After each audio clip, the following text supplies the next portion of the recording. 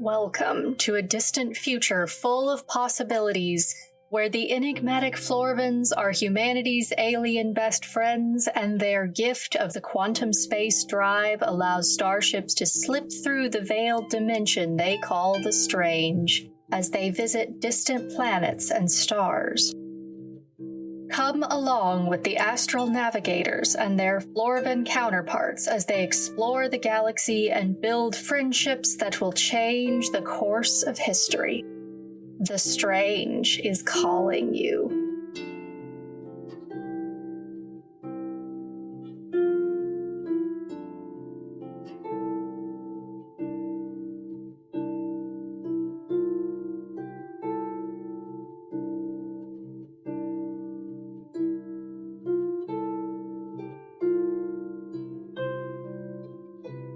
Welcome, friend-shaped entities, to Episode 5 of the Strange Space Adventures podcast. I'm Katie Silverwings, author of the award-winning series of cozy, optimistic science fiction stories this podcast brings to you each week. I'm thrilled to be here with you in audio form to share the tales of strange space. This week, we have 2 more chapters from my debut novella, Feathered Friendship. Our chapters this week are the beginning of a turning point in Bernadette the Budgie's story, and I can't wait to read them for you.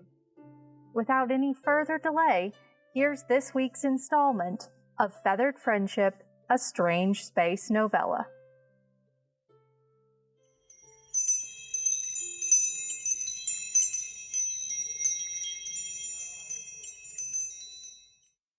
Chapter 11.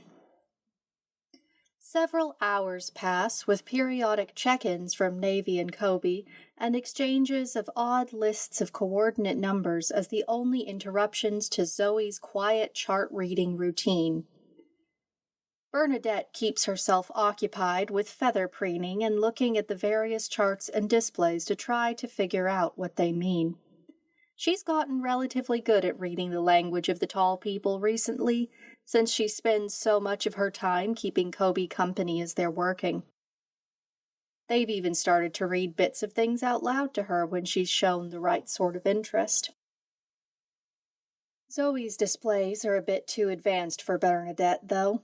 All of the words and numbers and charts seem to run together with no hint of their context, no matter how many times she tries to read them.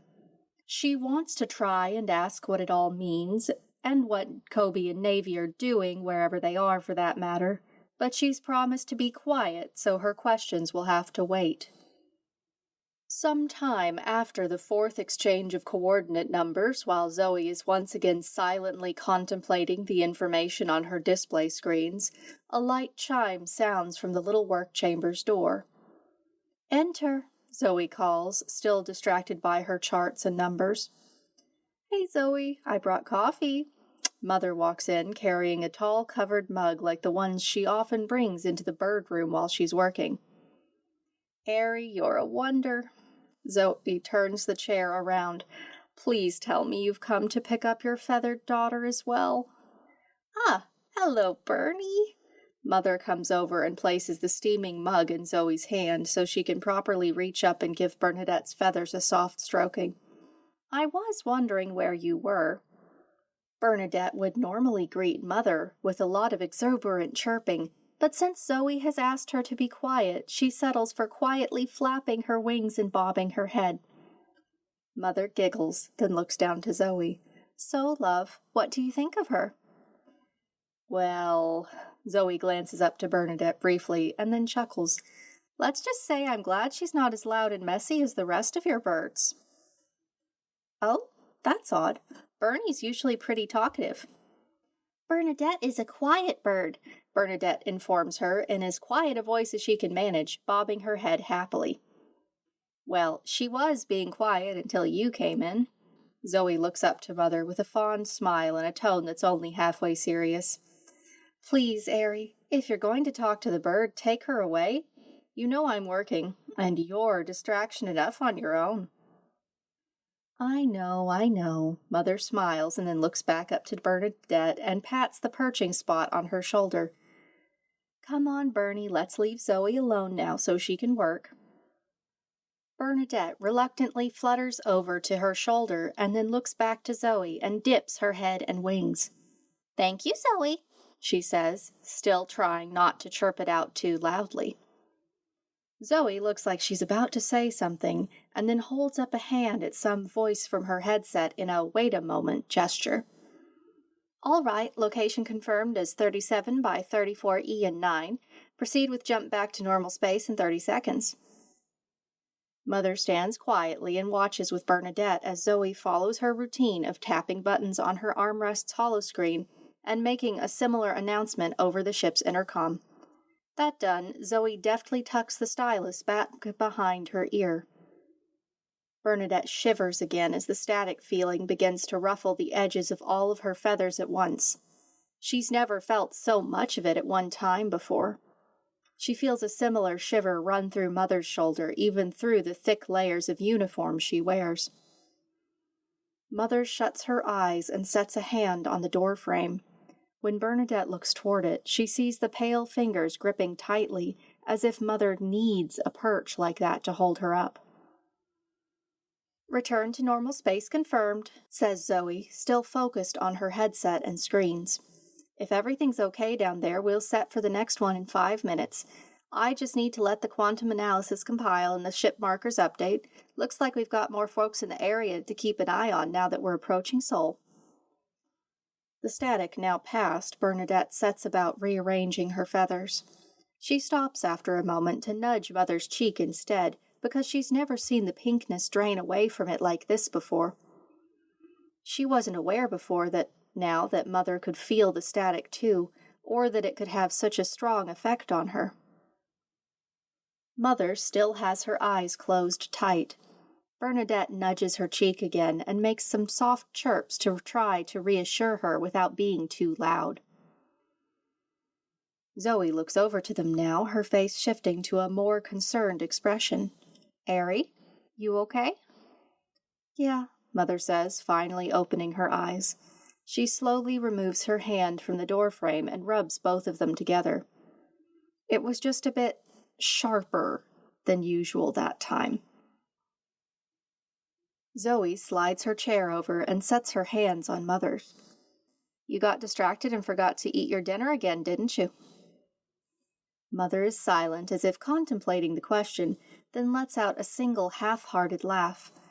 "Possibly. I don't remember. I'll get a snack or something on my way back to the lab." "Promise?" One of Zoe's hands reaches up to gently touch Mother's cheek for a moment. "Promise." "Good." Zoe looks up at Bernadette and chuckles. "Bernie, hold her to that for me, will you?" "Bernadette is a good budgie," she replies. "Time for stick snacks, little birdies." "It's downright eerie how she acts like she understands us, you know," Zoe says to Mother, removing her hands and returning to her work. "Eerie?"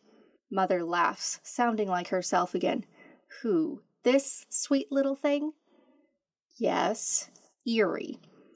Zoe glances back pointedly at Bernadette.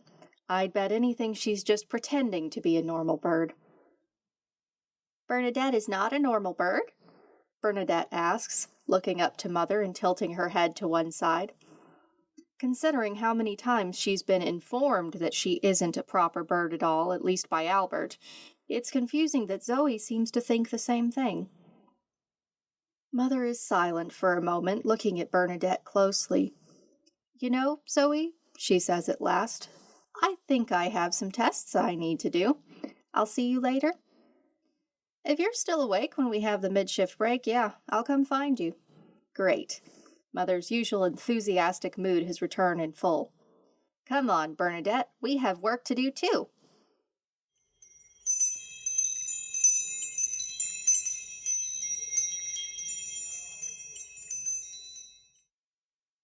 Chapter 12. "Okay, Bernie, let's see if you're just very clever at imitating, or if Kobe and Zoe are onto something." Dr. Salzar Newman absently munches on one of the strawberries she'd picked up from the crew mess on her way back to her workroom. She points to Bernadette with the stem. Who are you, little bird? Bernadette is a good budgie. The bird sitting on the table in front of Dr. Salzar Newman bobs her head happily. Bernadette takes a nibble off of the remaining bit of strawberry on the stem before adding, Bernadette is a Bernadette. Dr. Salzar Newman looks at the bird for a moment and makes a note on the holoscreen beside her. Okay, good answer. Now, how about me? Who am I? The bird is silent for a moment, then flutters her wings excitedly. Dr. S is a good human. Dr. S is mother. Dr. Salzar Newman's eyes widen, and then she chuckles. That's sweet, Bernie. She offers the bird the stem of another strawberry while she makes a few more notes, then gestures to the bowl of strawberries the two of them are sharing. What about these? Strawberries. Time for snacks, little birdies. The bird pauses and tilts her head to one side before adding, Time for snacks for mother. Dr. Salzar Newman laughs. Well, you've certainly got a good memory, Bernie. Yes, Zoe and Navy are always fussing at me for getting distracted with my work. Navy is a good Florvin, Bernadette says unprompted with a cheerful bobbing of her head. Zoe is a good human. Navy and Zoe loves mother. I know they do. Dr. Salzar Newman smiles, although the tone of her voice says that she's equal parts baffled and fascinated. I didn't know that you knew that, though. Bernadette loves mother, the bird adds. Aw, Bernie. She shakes her head. That's sweet, too, but all of this is still stuff you might have reasonably been expected to learn how to say. There's precedent to rearranging phrases and responding to keywords, at least. But I've never encountered a budgie as young as you who could do that before, though, and certainly not to this extent. The little blue and white bird tilts her head as if waiting for another question to answer.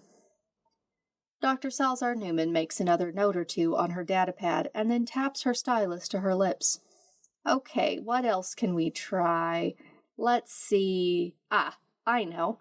Who's my assistant? Can you tell me about them? Bernadette chirps happily and wags her tail feathers the same way she does every morning when the person in question enters the bird room. Assistant is Kobe. Kobe is a good Florvin. Bernadette is blue like Kobe. Kobe is sibling of Bernadette. The doctor laughs at this description and adds some more notes to her growing collection. So you certainly have a sense of object permanence and identities of the people you've met. That's incredible, Bernie. Bernadette is a smart budgie. Bernadette flaps her wings excitedly and lightly fluffs out her feathers for a moment. Yes, you are. Let's see. Here's a challenge for you. How about our home? Where do we all live, Bernie? Birds in the bird room, all's well with the galaxy. The bird preens a few feathers on her wing before looking back up at Dr. Salzar Newman and tilting her head slightly to one side again. Bernadette in the bird room. Bernadette in Venture. Oh, okay. And what is Venture?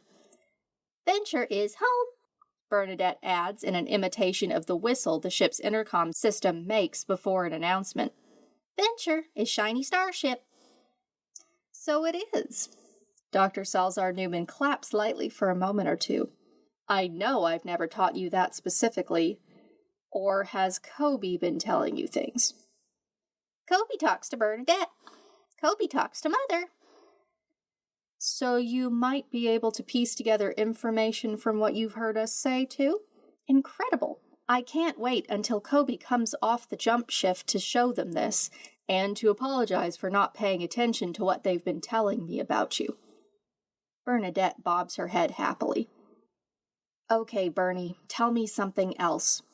Dr. Salzar Newman smiles softly and picks up another strawberry to nibble on. Your choice. The bird is silent for a long time. Finally, she chirps and pointedly stretches her wing towards the perches on the other side of the room, where the rest of Dr. Salzar Newman's budgerigar flock is going about their business. Albert is, annoying yellow bird. Bernie! Dr. Salzar Newman is startled enough that she almost chokes on her strawberry. Now, who in the stars taught you to say that? Bernadette taught Bernadette.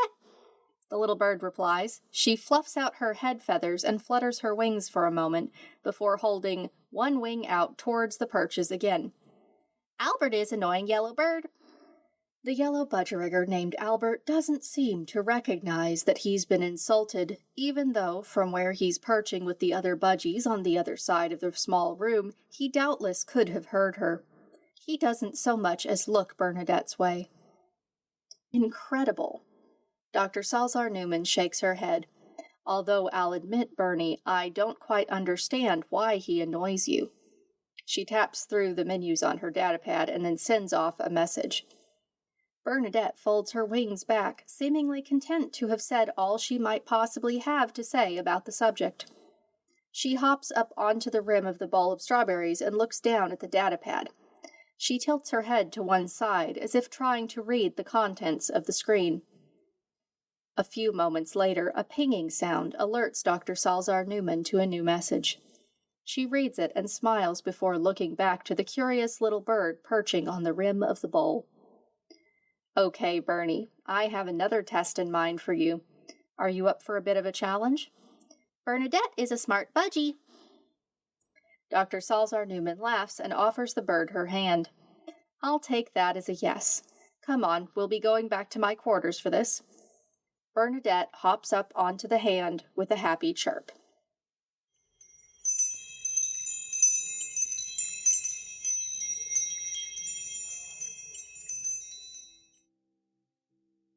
And that's where we'll leave our story for this week.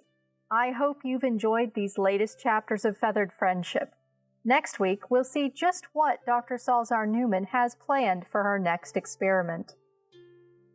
If you've enjoyed the show, please leave a comment or review on your podcast source of choice. Reviews and recommendations are the best way to help grow the show so I can continue bringing you more and better stories each week. Be sure to subscribe too, so you don't miss the next episode.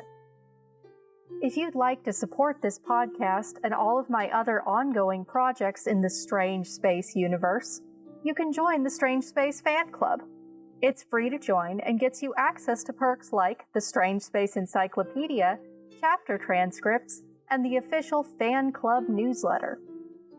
At higher tiers, you can also access the full archive of Strange Space stories on my website, receive the exclusive fan club merch, have your name listed in the acknowledgements of printed books, and more. You'll find the link to join in the show notes. Thank you so much to all of my existing fan club members, especially Astral Navigator tier member Sharon T. Hinton and long-running space adventurer Tabitha. I am deeply grateful to all of my fan club members for making this podcast possible. Thanks again for joining me today on the Strange Space Adventures podcast. I hope your week ahead is filled with opportunities and joy. This is Katie Silverwings, wishing you the best the galaxy has to offer. Stay shiny!